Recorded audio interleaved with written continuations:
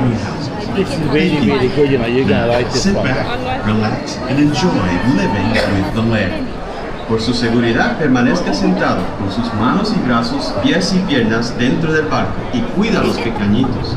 A manera de recordatorio, no tomar foto con flash y luz de video antes de llegar al inodero. Okay.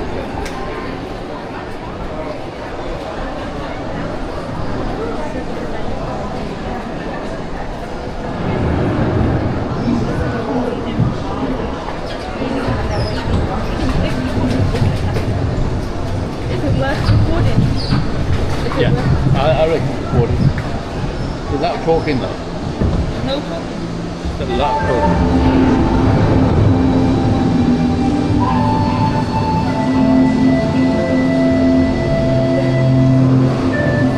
Welcome to a voyage of discovery and awareness of the richness and the diversity, the often surprising nature of living with the land. Our journey begins as dramatic and sudden changes are sweeping over the land. The approaching storm may seem violent and destructive to us, but to nature, it's a new beginning in the cycle of life.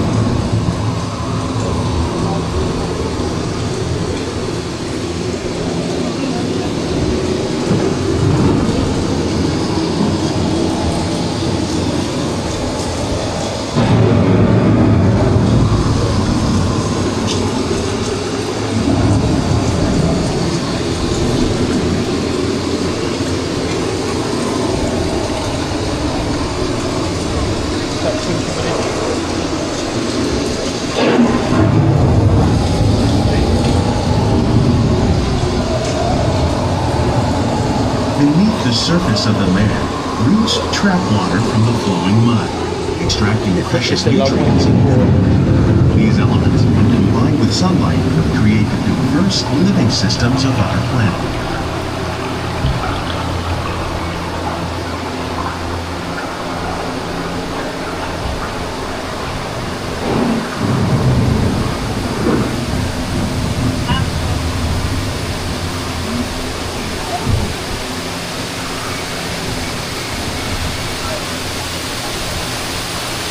One of those living systems is the rainforest, home to the most amazing concentration of life on our planet. These dense and beautiful forests cover only a tiny portion of the Earth's surface, but they contain more than half of its plant and animal species. Rainforests are also extremely rich and productive living systems, providing us with oxygen, food, medicines, and other elements essential to our lives.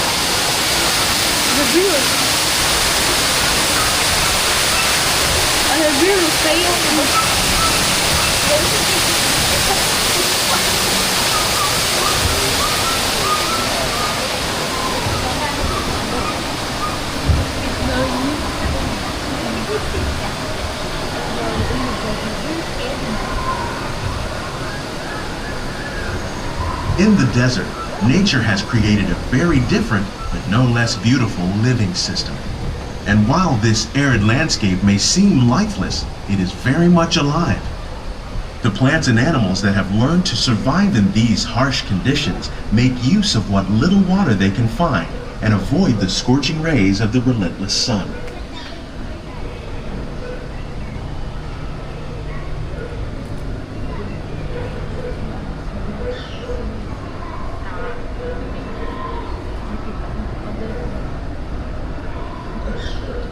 The American prairie once appeared as desolate as the desert, but over time, rainwater and nutrients gradually penetrated the hard surface of this land. Even the hooves of the mighty buffalo helped create the rich soil that would one day become home to the American farm.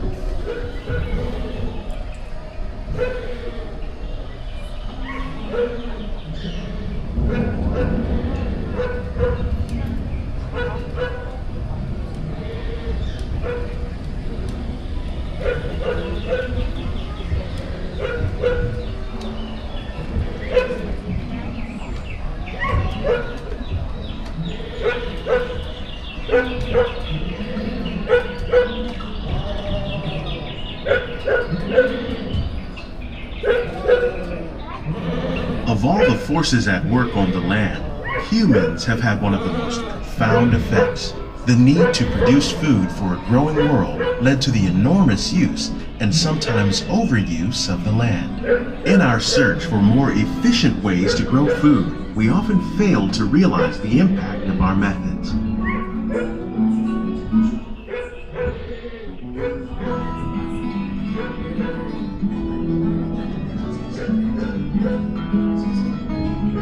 Today, we're learning to live with the land, discovering better ways to grow food that will assure both human and environmental well-being.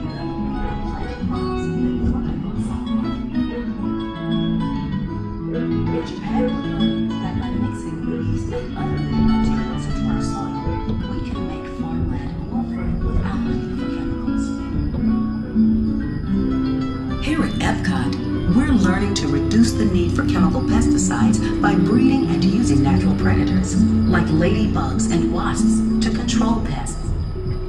In the farmlands across America, we're learning that by plowing under vegetation containing natural fertilizers, we can enrich the soil without the use of chemicals. In arid regions, we're learning to produce food on desert seacoasts by developing and planting crops that thrive on salt water. In Japan, we're learning that by mixing leaves and other living materials into our soil, we can make farmland more fertile without the need for chemicals. Here at Epcot, we're learning to... For your safety, please remain seated. How will we meet tomorrow's growing needs for food production, yet still respect the needs of the land? Some of the answers are being discovered just ahead. To help us maintain these carefully controlled ecosystems, and for your safety, please remain seated in your boat at all times.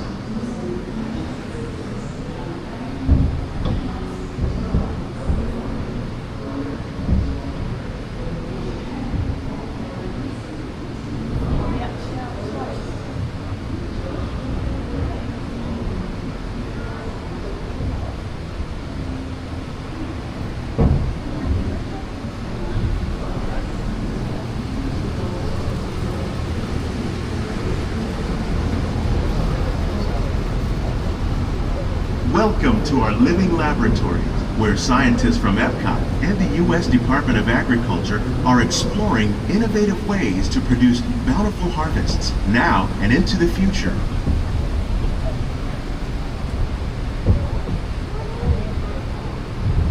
The tropics are home to the greatest diversity of plants on the planet. Many of these, like papaya, bananas, cacao, coffee, and rice, are well known around the world. These are just a few of the edible plants that have been an important source of nutrition for people living in the tropics. Many are rich in vitamins and minerals, while others are well adapted to growing in less than ideal conditions. Some, like the water lily, thrive in wet, swampy areas and waterways. All parts of this plant, even the flower petals, are edible. The starchy root of the plant has long been used to make flour for baking.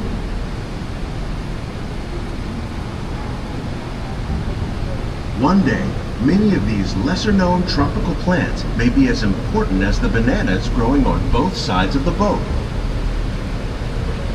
More than 28 million tons of bananas are eaten annually, making it the most popular fruit in the world.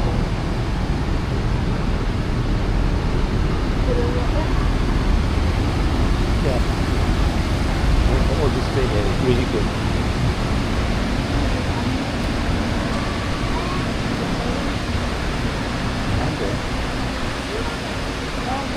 Oh, they're both the same. When we mention farming, you probably don't think of fish, but fish farming, or aquaculture, accounts for nearly half of all the seafood consumed globally. Tilapia, bass, and catfish, like the ones you see here, are three of the more popular crops raised by fish farmers. The sustainable system we're using here recycles the water in the tanks. As a result, we're able to save millions of gallons each year. Our small fish farm produces nearly 5,000 pounds of fish each year to serve in restaurants around Walt Disney World. Innovations like this one can play an important role in our efforts to produce bountiful harvests and still protect natural resources.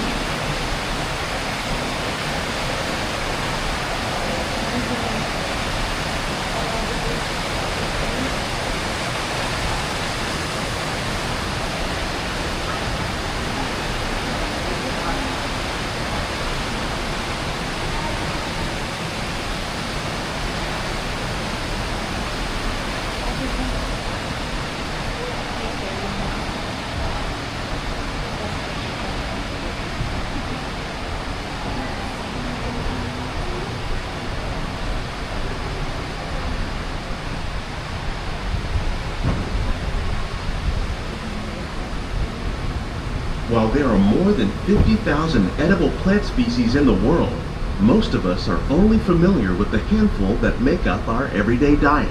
The common grains growing here, wheat, maize, sorghum, and millet, plus rice, account for nearly 2/3 of our global food consumption. Learning how to increase yields of these staples is an important goal of research around the world.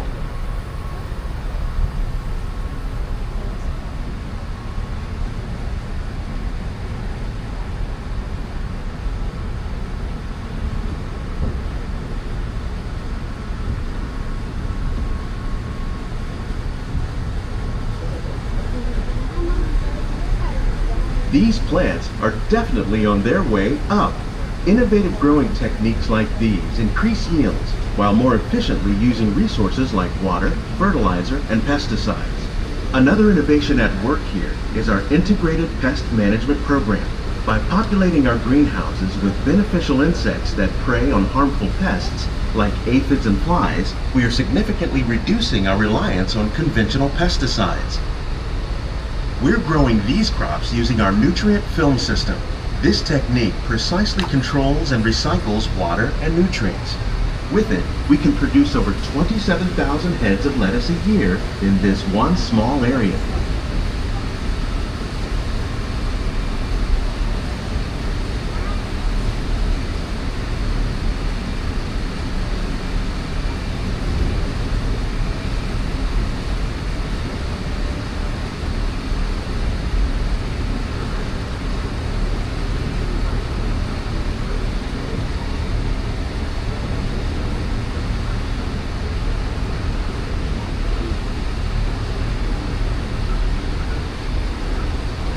Some of our best ideas have been inspired by nature, like these fruit and vegetable trees.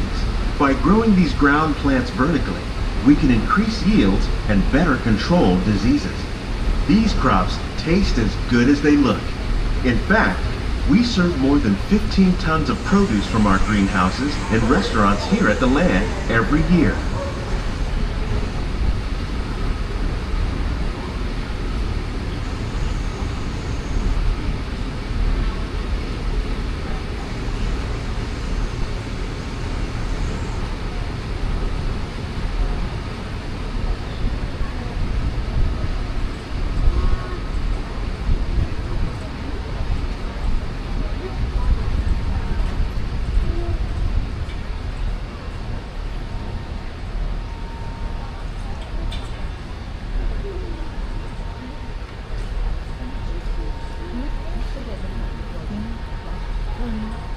The future of agriculture may include innovative ideas like this vertical growing system. Plants grown in this way use a fraction of the space required by traditional growing methods. That saves water and increases production. The aquaponics system on your left combines hydroponics with aquaculture. The fish provide a natural source of fertilizer for the plants, and the plants help keep the water clean for the fish. It's another great way to produce more while using less. In our lab, Epcot scientists are working with the U.S. Department of Agriculture on a number of innovative projects. The goal of these efforts is to produce higher yielding and better quality plants. Did you see that? Did you get that? Yeah. With fish with his this piece. Did you look at it?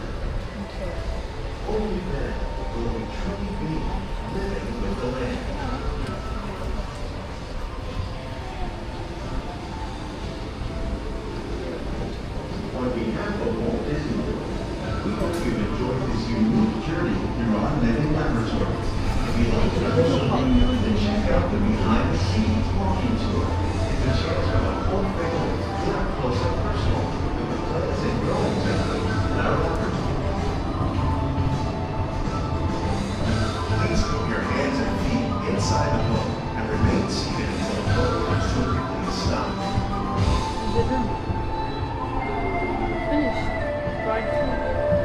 These greenhouses represent just a fraction of the work being done worldwide to produce bountiful harvests for our growing population.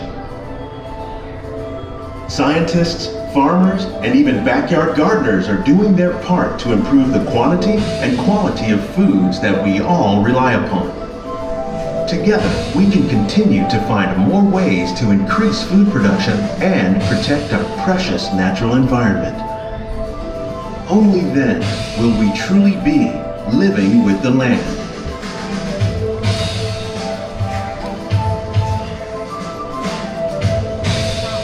On behalf of Walt Disney World, we hope you've enjoyed this unique journey through our living laboratories. If you'd like a closer look, then check out the behind-the-scenes walking tour. It's a chance for the whole family to get up close and personal with the plants and growing techniques in our laboratories. Please keep your hands and feet inside the boat and remain seated until the boat comes to a complete stop.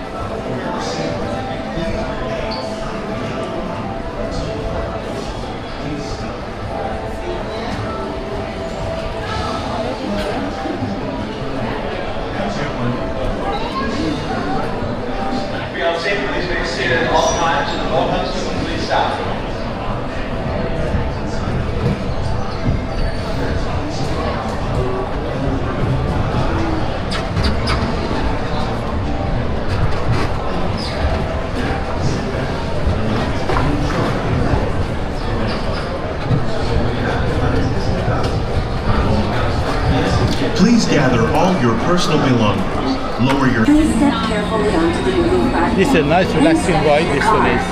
For your safety, remain seated at all times, keeping hands, arms, feet, legs, and other appendages inside your car. And please supervise younger beings.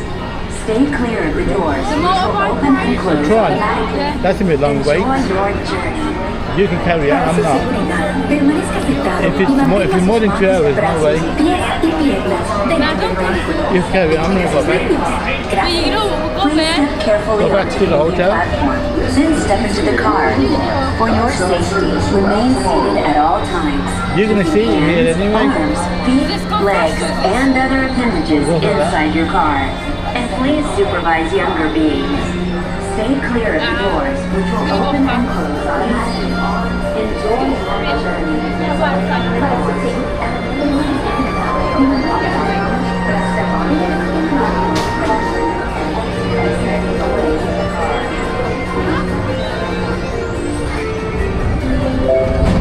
This is the TTA Blue Line, non-stop service around Toronto.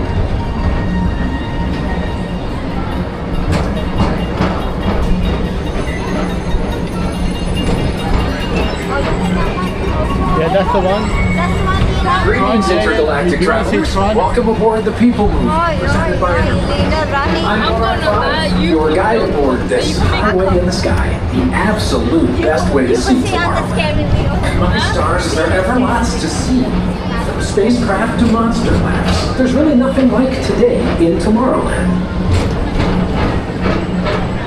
For your safety, if you have wings, jetpacks, or gravity polarizers, please do not take flight while on board. Thank you.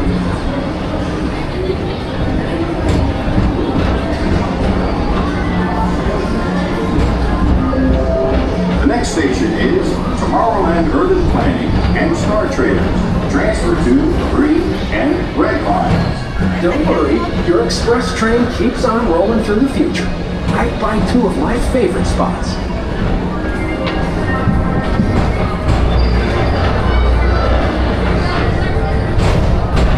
First up, Progress City. Walt Disney's amazing dream for a community of tomorrow. Did you know Progress City inspired Epcot? And a lot of the visionary ideas throughout Walt Disney World. Look, there's even a tiny people mover. I wonder if that means there's a tiny boy.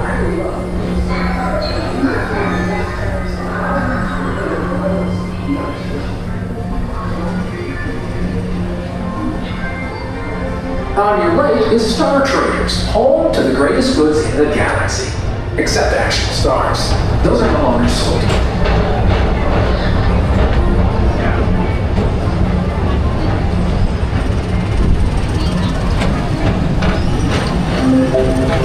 Now approaching Tomorrowland Speedway and Tron Light Cycle Run. I love a good circuit, and these are two of the best tracks of the cosmos for a bit of light and speedy competition.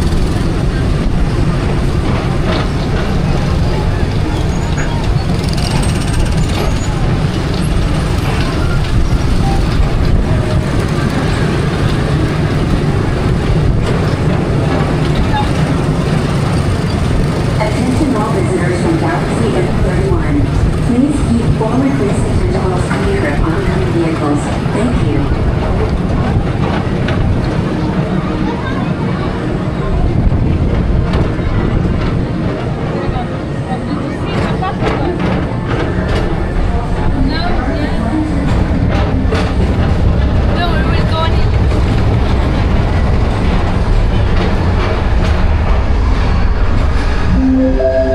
This is Starport 75. Or as the locals call it, spacecraft. Our high-speed rocket port to distant deep space destinations.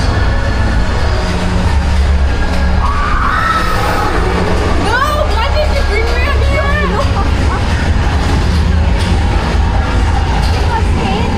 No, they just screamed. They just screamed. I don't prepare this before. What's going on?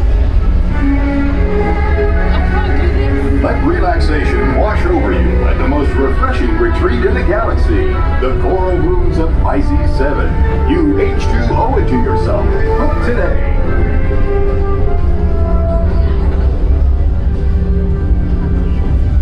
Hello, where are we going? Is it a scary ride? Can you tell me? Yeah, it's going to go upside down in a bit. No, it's not because we don't have seatbelts. Where? In the dark? Yeah, and I can't see anything. And the phone's gonna be gone flying.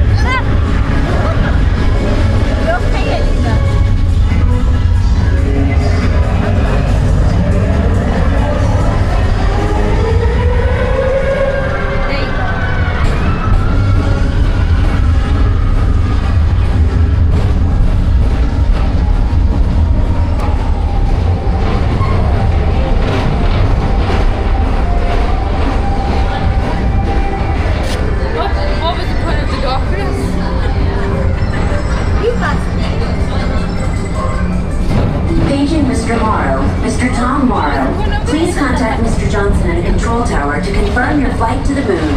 Thank you. That's a bit strange. Attention all visitors from Galaxy M31. Please keep forward-facing tentacles clear of oncoming vehicles.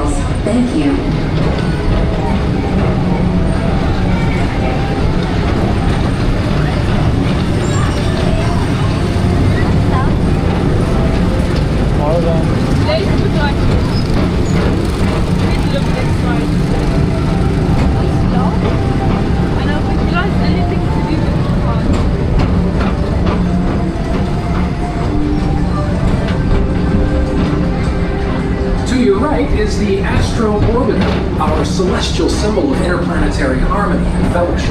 Hop aboard and launch high above Tomorrowland for a spin amongst the planets.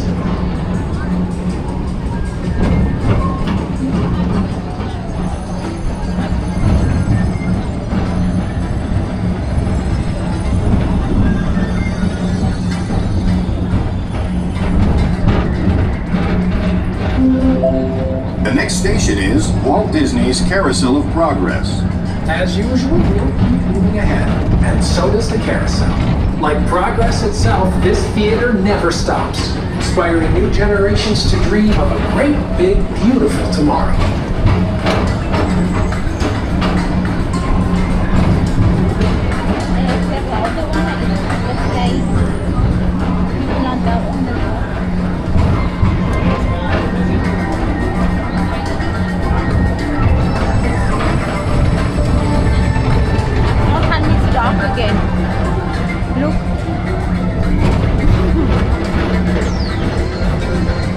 Good dog.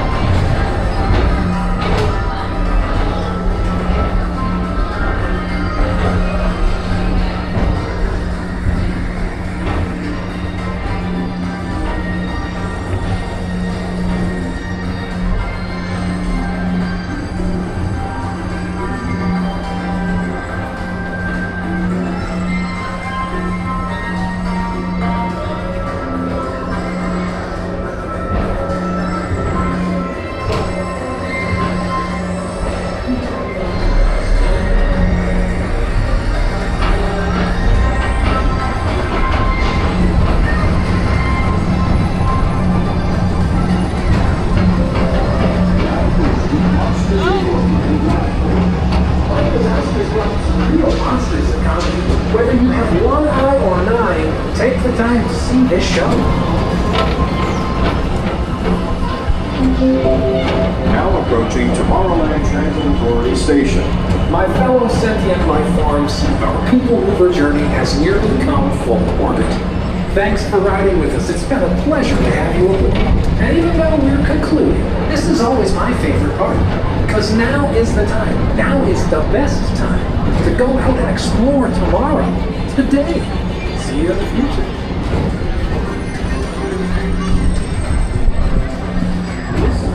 How is it? Very good. Like it. So come on, yeah. I wish I went on that when it was dark. Please keep arms and sitting and other appendages away from the doors and remain seated until they open automatically. Step onto the moving platform with caution and exit by stepping away from the car. Thank you. Please keep arms, antennae, and other appendages away from the doors He's and remain seated until they open automatically. Step onto the moving platform with caution and exit by stepping away.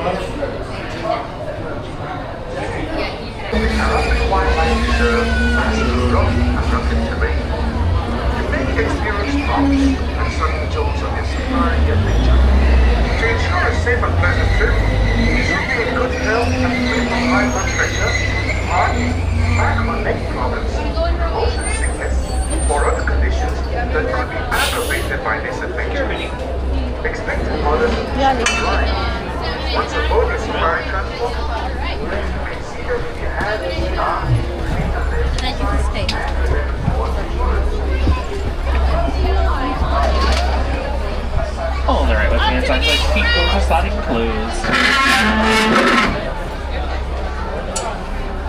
Get your photo, get your camera ready. Yeah? Get your camera ready. Yeah, The camera.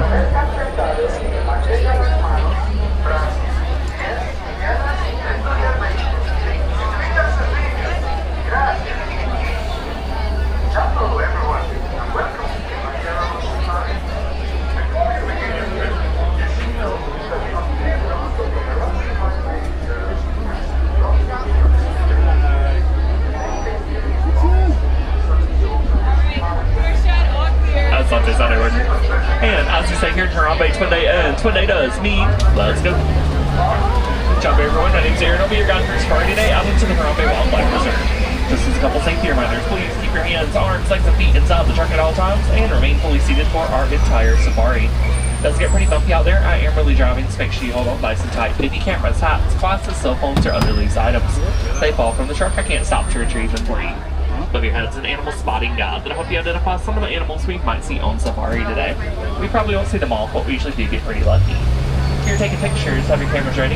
Animals are on both sides of the truck. Not always on stop, they definitely won't always stop for us. I do recommend a live or sport mode on your cameras to get your best pictures possible.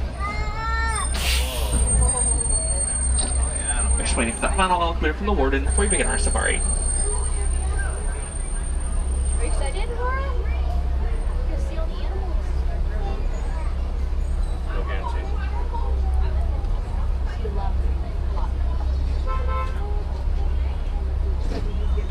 Now we're going to make our way into the Little Aturi Forest. Animals in the forest use that great camouflage to help hide from predators, so they may be difficult to spot.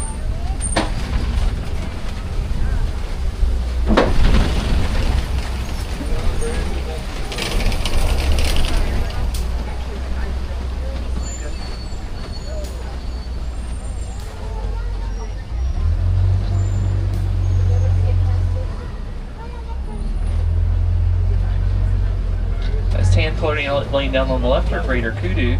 Greater kudu use that stripe pattern to help blend into their surroundings. We tell they're female greater kudu because they don't have horns. Only the male greater kudu have horns. There's some bongo over there on the right. They're hiding behind the bamboo back there. Bongo are named the ghost of the bongo on the left back there, excuse me. There's no copy on the right. No copy were thought to be mystical creatures by the Western world. They weren't discovered by Westerners until 1901. But they were discovered by locals far sooner. Looks like they should be related to the zebra, but they are not. Their only known living relatives actually the giraffe.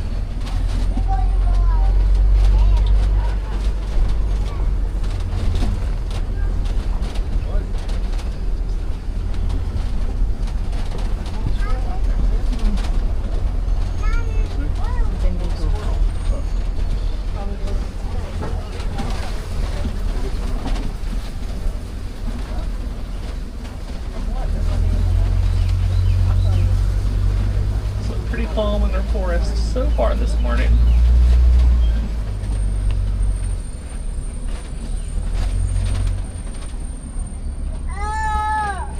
If you look towards the top of the hill on the left over here, he's kind of been laying down up against the rocks. There is a black rhinoceros laying down, kind of between the rocks and the dirt back there. Black rhino are one of the smaller rhino species, weighing in about 3,000 pounds. They have a pointed prehensile upper lip, which differs from the white rhino that we may get lucky and see later. And the black and white birds over here on our left are saddlebill stork. Saddlebill stork have a 9-foot wingspan. That's the same size as the width of the cab of the truck.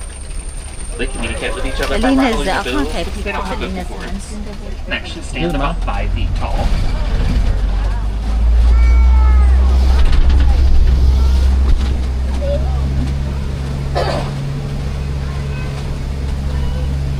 We're making our way out of the forest and into the Safi River.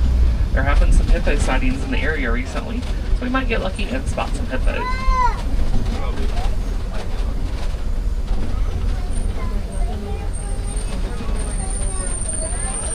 The large white birds on the right down there are pink-backed pelicans. Pink-backed pelicans are colonial nesters. That means they nest with anywhere from about 20 to 500 individuals. They get their name from the pink color that appears on their skin during mating season. A group of pelicans is called a pod.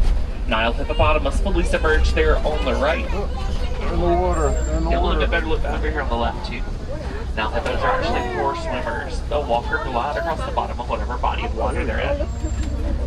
They'll spend several hours of their day fully submerged in the water, and that's because they have sensitive skin. They can actually get sunburned.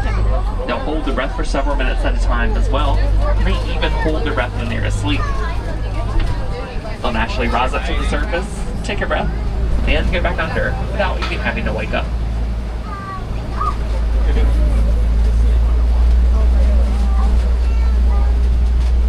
The group of hippo is called a bloat.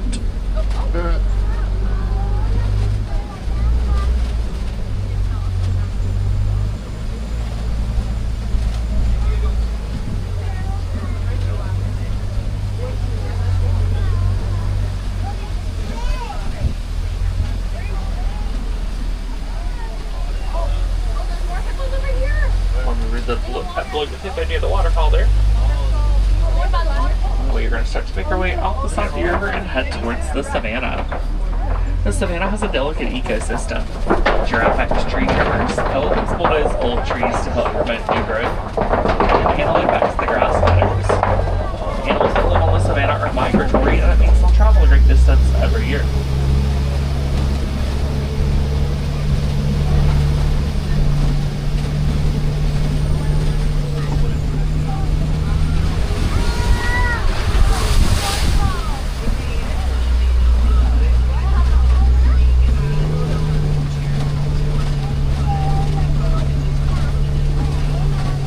So we're headed towards the savannah by looking at this tree that looks like it's upside down up ahead here on the right.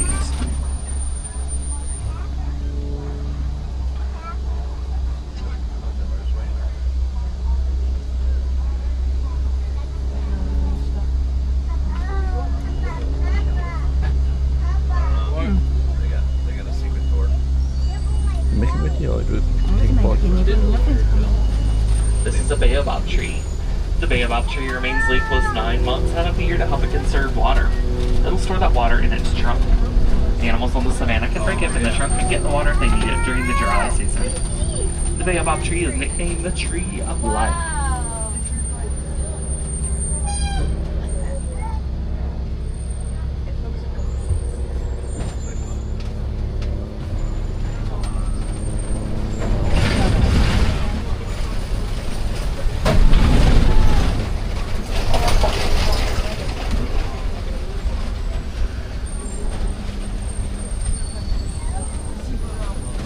Making our way out onto the savannah to see what we might be able to find. I already see a Hartman's mountain zebra gonna be at the bottom of the hill here, hanging out on that right hand side.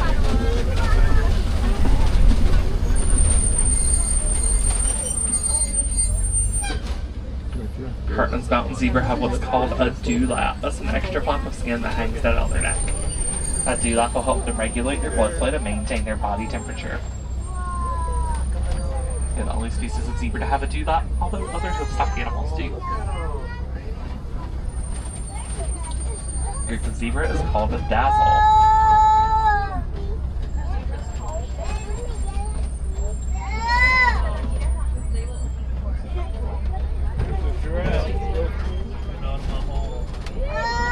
Maasai giraffe in the distance here on the right. Maasai giraffe have rough, uneven spot patterns on their coats. Each spot pattern on every giraffe is unique to the individual. They have that long, prehensile tongue, just like the okapi. Their tongues can stretch to about 19 inches long.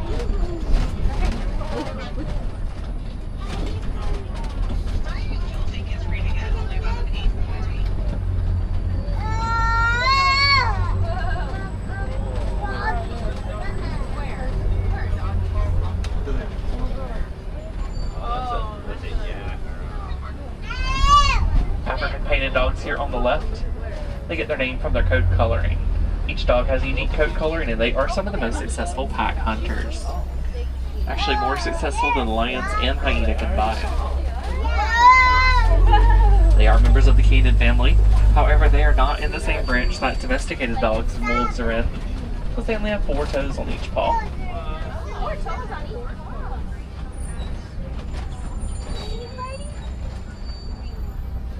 A group of painted dogs is called a pack.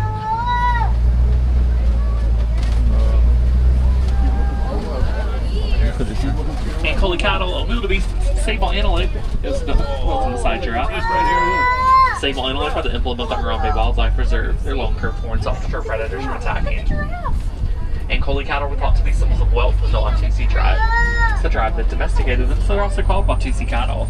They have a large honeycomb-like structure in their horns to help regulate their blood flow and maintain their body temperature. It's like built-in air conditioning.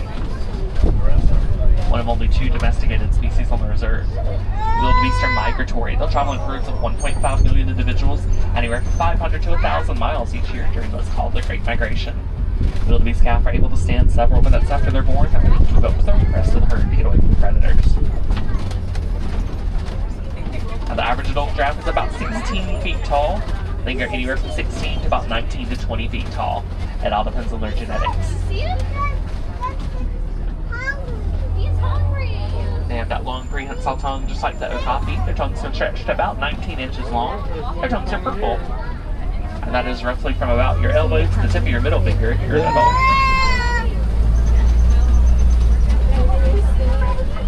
The group of giraffe is called a tower.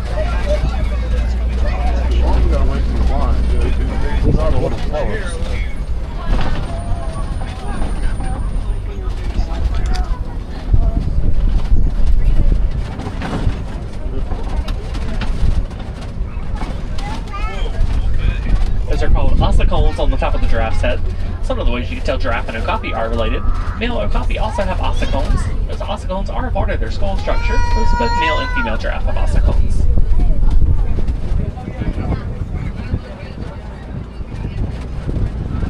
A few more wildebeest to our right. A little bit farther back past the wildebeest near that second road, those are springbok. Springbok are able to leap over 6 feet in the air at a speed of 55 miles per hour, which puts them in the top 10 fastest land animals in the world. They're also the national animal of South Africa and the mascot for many sports teams due to their quick speed. They are the smallest species of antelope on the reserve. If you measure hoof to shoulder, they're only about 3 to 3.5 feet tall and weigh about 90 pounds.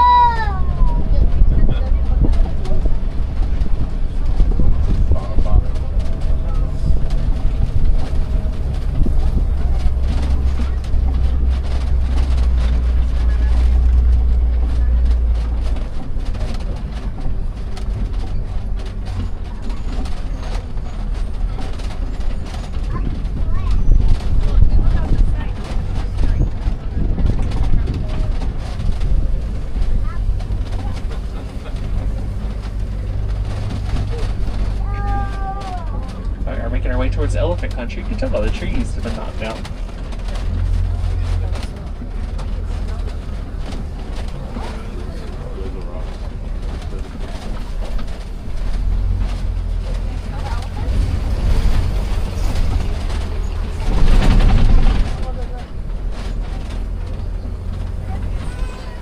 African elephant there on the right. Male African elephants will form bachelor herds or remain solitary when they reach adulthood. Being a little bit better look up ahead here. Meanwhile, though, there are mandrill on the left. Mandrill are the world's largest species of monkey. Male mandrill can go up to about 100 pounds. Females are only about 25 pounds. Makes it the world's largest arboreal monkey, which means monkeys that live in the trees. Now, unfortunately, as we approach elephant country, elephants are in danger of poaching. They are primarily poached with the ivory found in their tusks. They also suffer from habitat loss due to the minute coltan. Coltan's a mineral that's found in small electronics like cell phones. And because of this, elephants are on the move. Look back to the right there, you get a little bit of a glimpse of them there. But while they're on the move, they were destroying farmers' crops in Kenya. As farmers started putting out traps for the elephants, which wasn't good because elephants are endangered. But through research at the Disney Conservation Fund and those Kenyan wildlife farmers, they discovered African elephants are terrified of the sound of bees. With this knowledge, they started building beehive fences. They built the fences around the outside of their property, and that helped keep the elephants away, which kept the elephants safe. Kept the farmers' crops safe, which was their livelihood, and it gave the farmers an additional source of income because they were able to harvest the honey from the bees.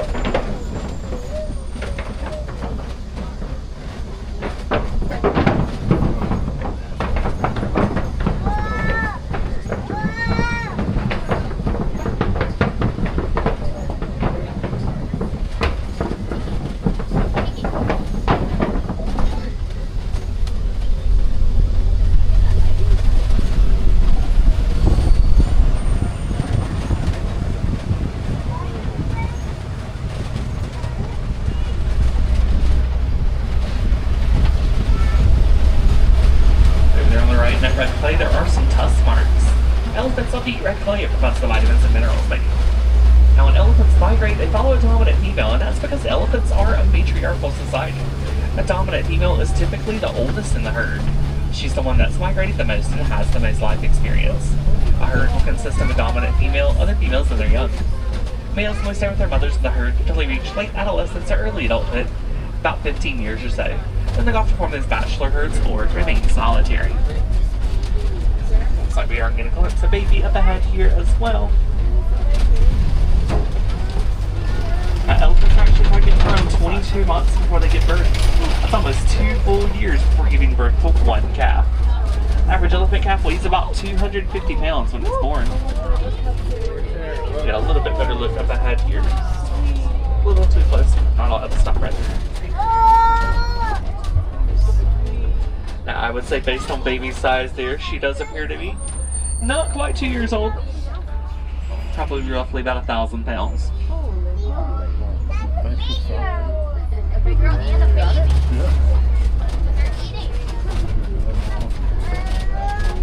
A better look at her there.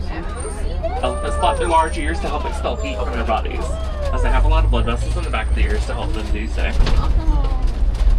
And they have thousands of muscles in just their trunks.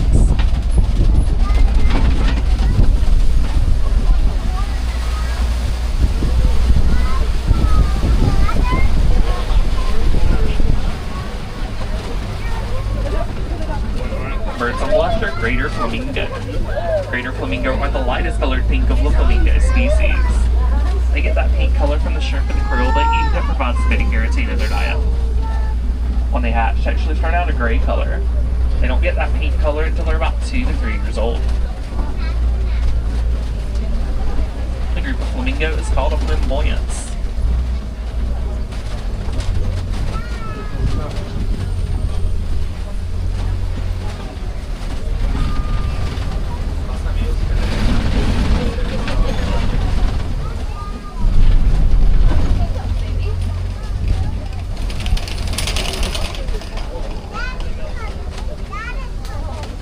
Muppets on the left indicate some rhino activity in the area recently.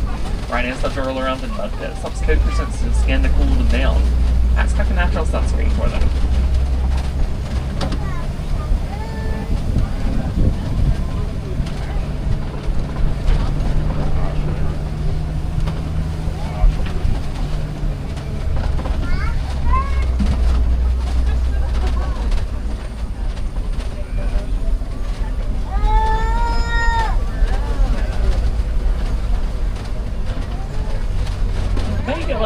Cheetah on the left, she's walking out the center of the hillside there.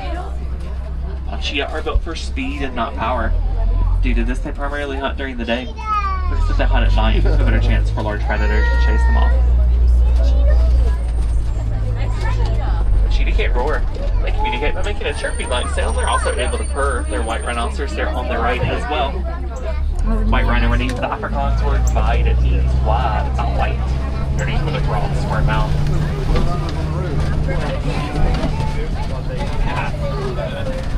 The group of cheetah is called a coalition.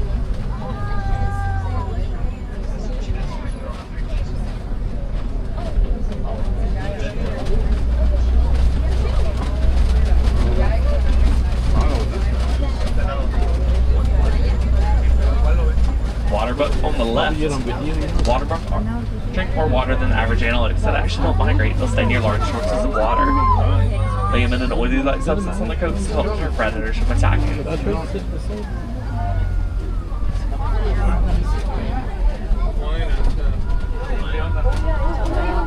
lion is at the top of the copy there, so we can get a little bit better look on the other side.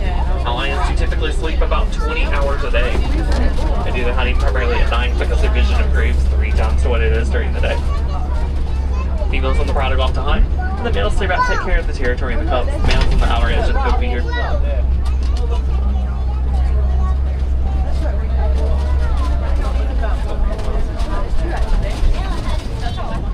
Actually, 2 are right on the edge. Male and one of the females. Stop moving, dude. There he is.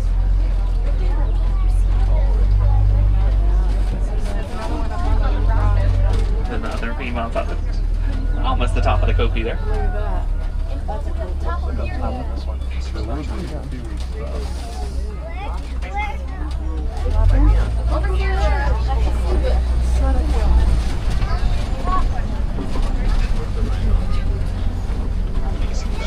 Warthog burrows here on the left.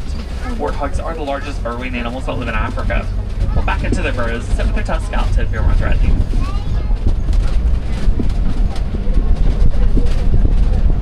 Another water buck on the right. It's also some ostrich in the distance, back there along the tree line. Ostrich are the world's largest flightless birds. At least their large wings don't change direction while running.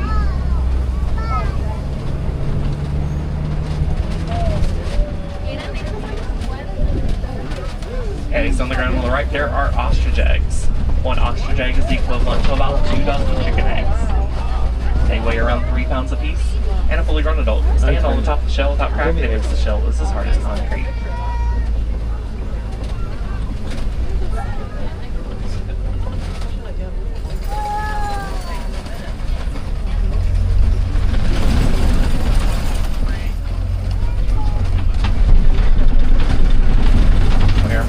Out of the savannah and into Magadi Glen. Magadi Glen's home of the Warden's Post. It's the newest area of the reserve on the outskirts of the village. They live here harmoniously with some Nigerian dwarf goats. Nigerian dwarf goats produce a sweet milk that is valuable at markets. They clear pasture land. They eat other browse livestock will not eat. They do happen to be excellent climbers as well. They are one of only 2 domesticated species that live here on the reserve.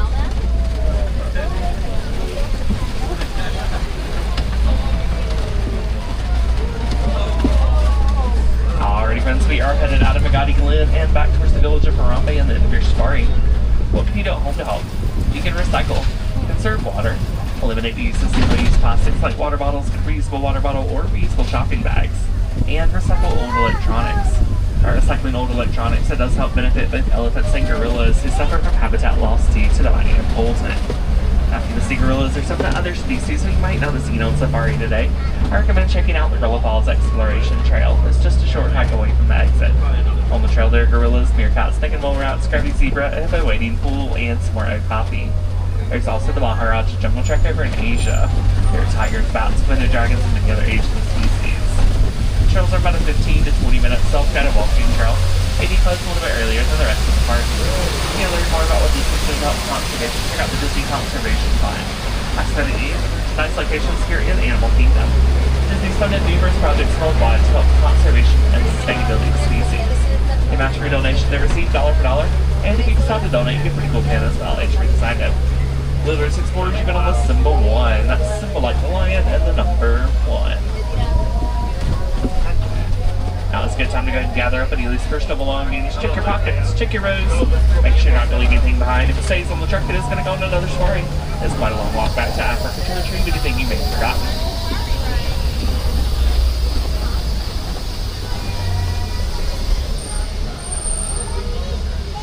And here in Harambe, we don't like to say goodbye. It's far too formal and far too final.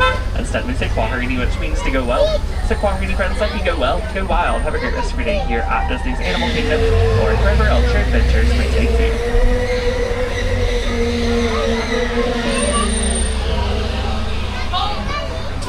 Fuck yeah.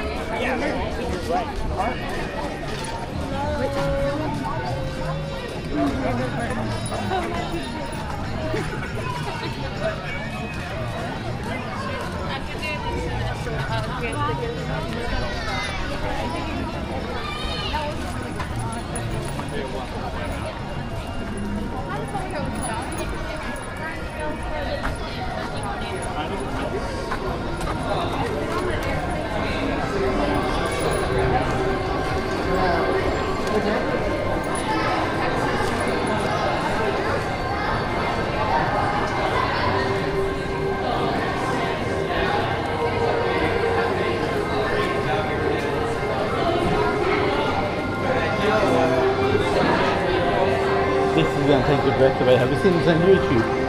Oh my god, it's going to take your breath away. Watch. Have you seen this?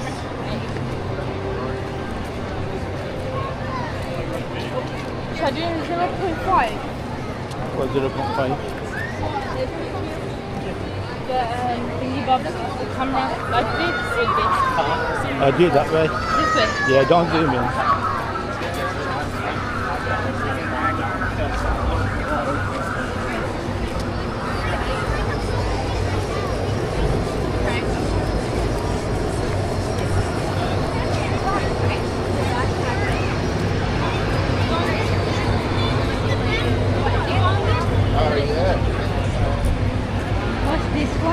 No, get that one. Why is it? That one looks good, you know. The 1200.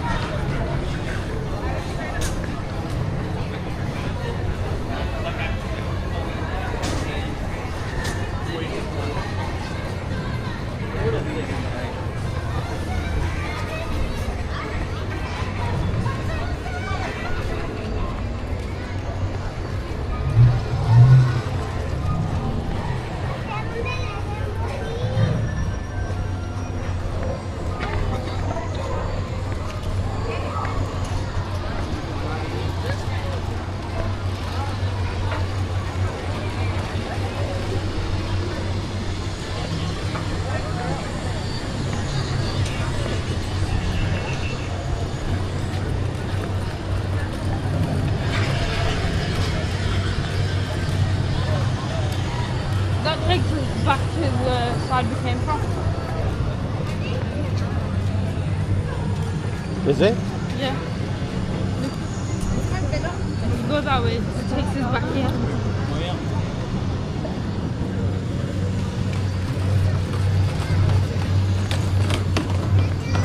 Yes.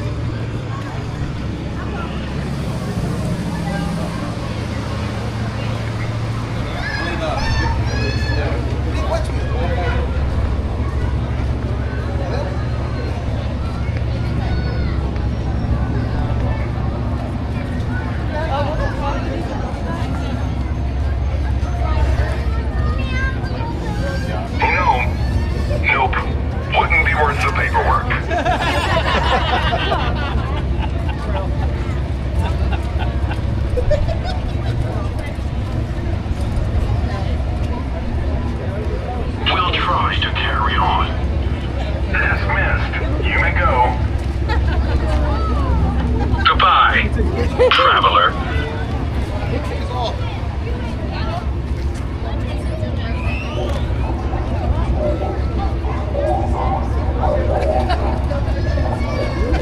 Excuse me. Attention. We have orders to redeploy. We are leaving this area. Sorry.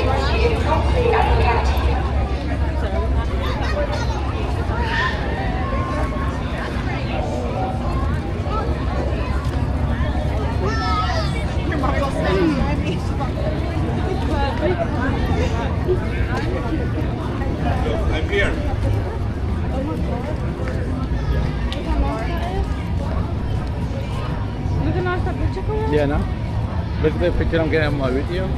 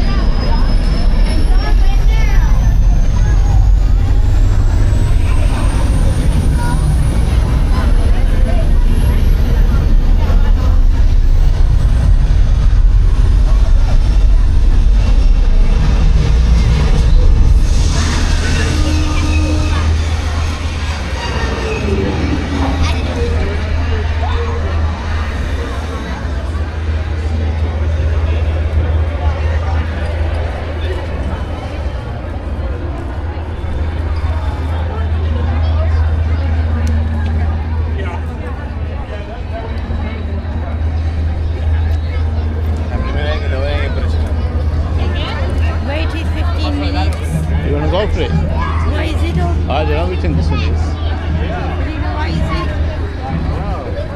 Alina, pasay ba? It takes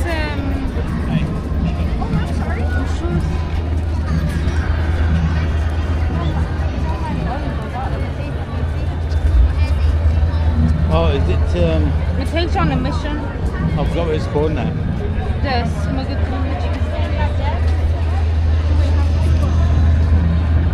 Oh, it's like a thingy bob. Like an escape room.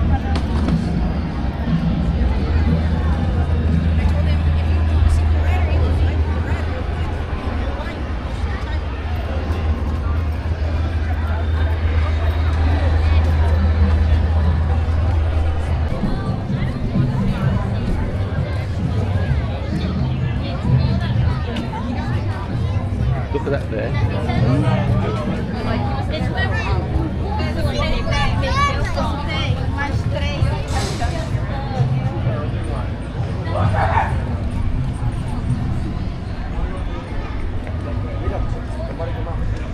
Oh, wait here. Wait here. Wait here. He's gonna come out. Record this. Outpost, hear me. Record this. The First Order is now firmly in power. The resistance has been destroyed, but they don't want to accept it. They cannot see that the First Order brings stability, order, and the rule of law to the galaxy. The resistance would disrupt this balance. They would bring conflict, aggression, even war, and we would be forced to respond with the same. Yet they press on, trying to survive, to keep fighting for a hopeless cause. We believe a resistance spy was sent to this outpost. Some of you may have even cooperated. Some of you may actually support the resistance. If that is so, we will find out, and you will feel the consequence of your actions. Through this.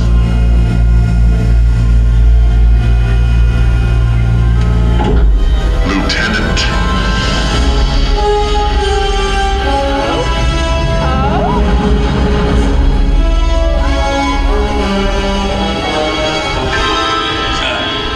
Welcome to battle.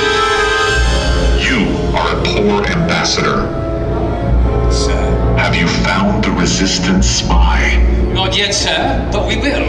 I have dispatched reconnaissance patrols. You have failed, Lieutenant. That resistance spy was tracked to Batu. You were sent to find her. Sir! If she is here, she may not be alone. Do you understand? The resistance must not be allowed to regroup. If someone in this This outpost knows something. We need to find them. I will lead a team right away. You will await further orders. Troopers. Yes, sir.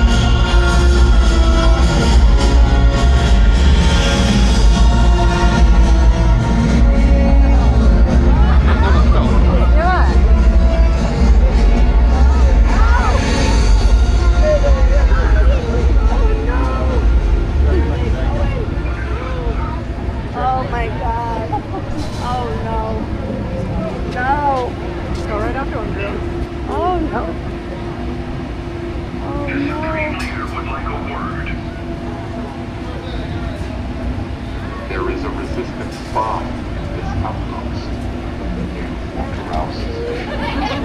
Find out what you can. All right, settle down. Your service in the future. Go now. A lightsaber. Interesting. I want all units searching this outpost. If they are here, they will not escape. Yes, sir. Who are you transmitting to? A resistance spy? Scan the data pad. Log every transmission. Then wipe it. Yes, sir. I'll ask someone to do that. Here we go. It's a simple task, Trooper. But gets complicated if you fail. Understood. Move. Yes, sir. Clear the way, please. Stay back. Move Off to the side, travels. Make a path for the first order, please. Make a path.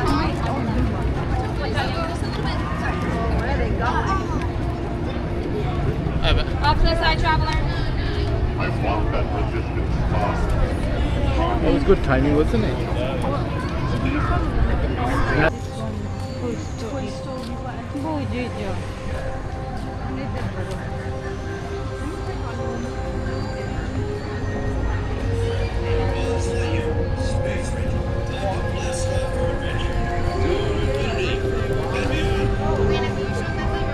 That's Linda Dog Dash over there. How is that? That. No, not upside down. Oh, you just fell flat.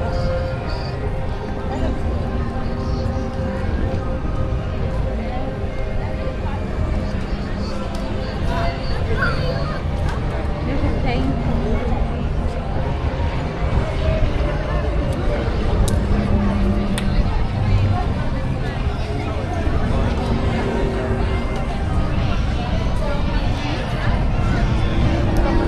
After the bunny.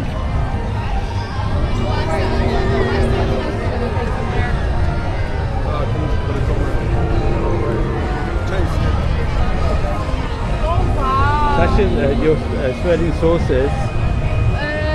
Should we wait for Slinky Dog? Let's go Slinky Dog then. It's a long wait though. How long? I think like 45.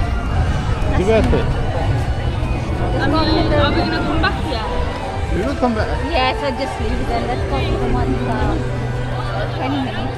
Oh, 5 Danny. No point. Chalo. Yeah, 45. No, we're not waiting that long.